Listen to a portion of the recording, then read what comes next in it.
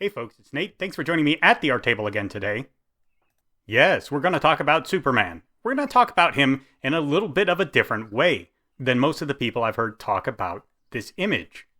But first, some disclaimers, because, setting my comment section on fire by pointing out that I have a different opinion than some of the fanatics that follow certain creators is always fun. I am not a fan of James Gunn's superhero work. I'm not familiar with the movies he's made in any other context. I've watched 2 out of 3 Guardians of the Galaxy movies, and the third one was not enough to interest me because it followed from Endgame, which I feel was just a travesty of storytelling continuity.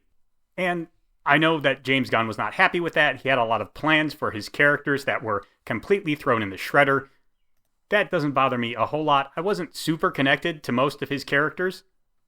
I honestly enjoyed the original Groot and Drax the most out of the Guardians of the Galaxy. And hey, one of those characters is gone, and the other pretty much had his storyline wrapped up in Endgame, so, I felt like I wasn't missing a whole lot. Most people who look at the MCU these days see that it is shot through with bad world building. The biggest perpetrator of that, of course, is the 5-year time skip that they shoved into Endgame, which again, was just a disaster that completely threw out most of the interesting things that were going on in the timeline. Of course, Endgame also kind of slapped some half-hearted capstones on most of the characters' progressions and took them in ways that were a little bit inconsistent with previous characterization anyway, but that's neither here nor there. My biggest problem with James Gunn as a writer is on clear display in the first Guardians of the Galaxy movie. That is when I really feel the tendency to introduce comedy at the expense of character and plot really came to the forefront. There may have been some instances of it earlier than that. I have to admit, I'm not really an MCU scholar, so a lot of the movies I've only seen once, and I can't say that with certainty. For my part, I knew that as soon as a very major villain who had always been characterized as very straightforward and serious in achieving his goals was distracted by a dance battle in the middle of a life or death conflict, and then audiences praised it, I knew that was going to metastasize into something that ruined the entire franchise sooner or later.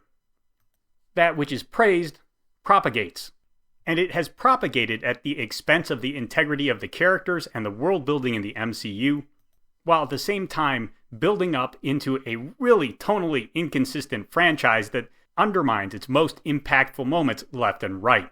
Very, very disappointing. I know I'm in the minority in this opinion. Everyone seems to really like that first Guardians of the Galaxy movie. So, it is what it is.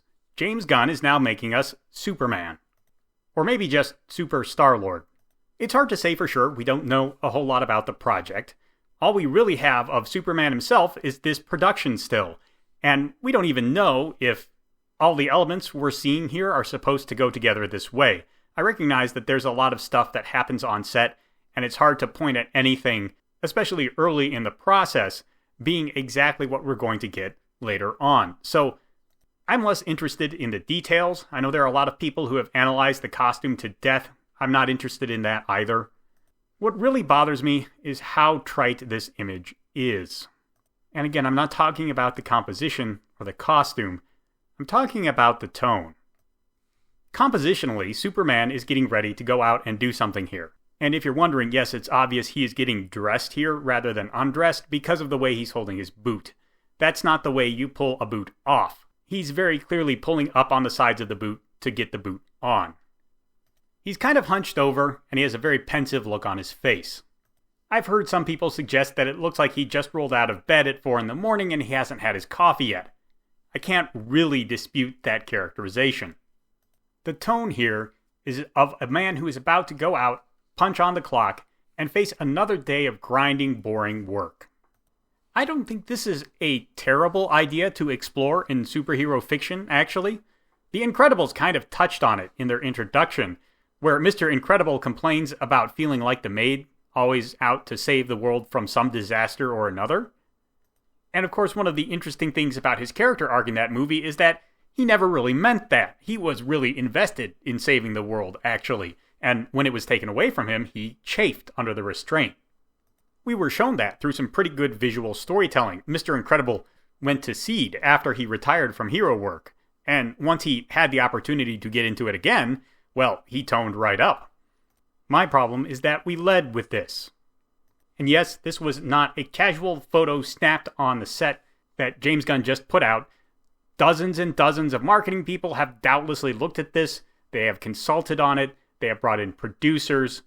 And they've all decided that the man worn down by life is the image we want to start off this superhero tale with. Terrible decision. It's almost trite at this point. Here is a man ground down by life, by the weights and cares of everyday responsibilities, who needs new purpose to come along and revitalize his optimism, his energy, his view on life. There's nothing wrong with that story, but it's not the story I want to see about Superman. Clark Kent is supposed to have all that golly gee whiz enthusiasm and optimism of a small town kid out to make it in the big bad world, combined with all of the power to actually make the big bad world sit up and take notice, and a moral fiber that allows him to apply those things ethically in a way that makes the world around him better and not worse. And he can do it consistently, not sporadically, or when he can overcome his infatuation with a pretty girl, or his nagging feeling that the universe is unfair because he's lost his parents. Now don't get me wrong. There was a time when that kind of overly optimistic, bright, and cheerful character was the trite character, where we saw him constantly, to the point writers stopped putting thought into the character at all, and they just assumed the audience would understand the archetype and let them roll with whatever they wanted to slap on top of it. A kind of storytelling you can get away with for a little while, but ultimately proves to be very threadbare in the end. Which, it turns out, is how James Gunn has admitted to writing the original Guardians of the Galaxy film. So, perhaps we shouldn't be surprised that we get Super Woebegone instead of Superman. You know, back during the Rebirth era of the Superman comics, when Clark had a 10-year-old kid who looked up to him as the coolest person in the world, because he pretty much was, and he and Lois were living outside of Metropolis for a change, there was a storyline that opened up with Superman coming home from a long day of saving the world, flying out across the Kansas cornfields, taking a long deep breath as he unwound and got his headspace into being a dad and a husband rather than a superhero who's on call 24/7. And as I'm sure many tired dads have on the way home from a long day of work, he kind of dozed off and fell out of the sky. But he caught himself before he hit the ground, and he put himself back on course to a welcoming home and a loving family. It was a fascinating look at the vulnerable side of an almost invulnerable character, and a heartwarming moment to remember that when he has a moment to breathe, even Superman is just Clark Kent, a man like you and me. He gets tired holding up all those obligations just like we do. But he didn't fly home with stooped shoulders, worn down by the cares of life. He arrived home and was reinvigorated by the things he cared for. That is the Superman I'd like to see on the big screen one of these days. But I don't think we're going to see him anytime soon. And that's a shame. Let me know what you think about it down in the comments below. There's a like button and a subscribe button down there. You can use those as you see fit. And I'll talk to you later.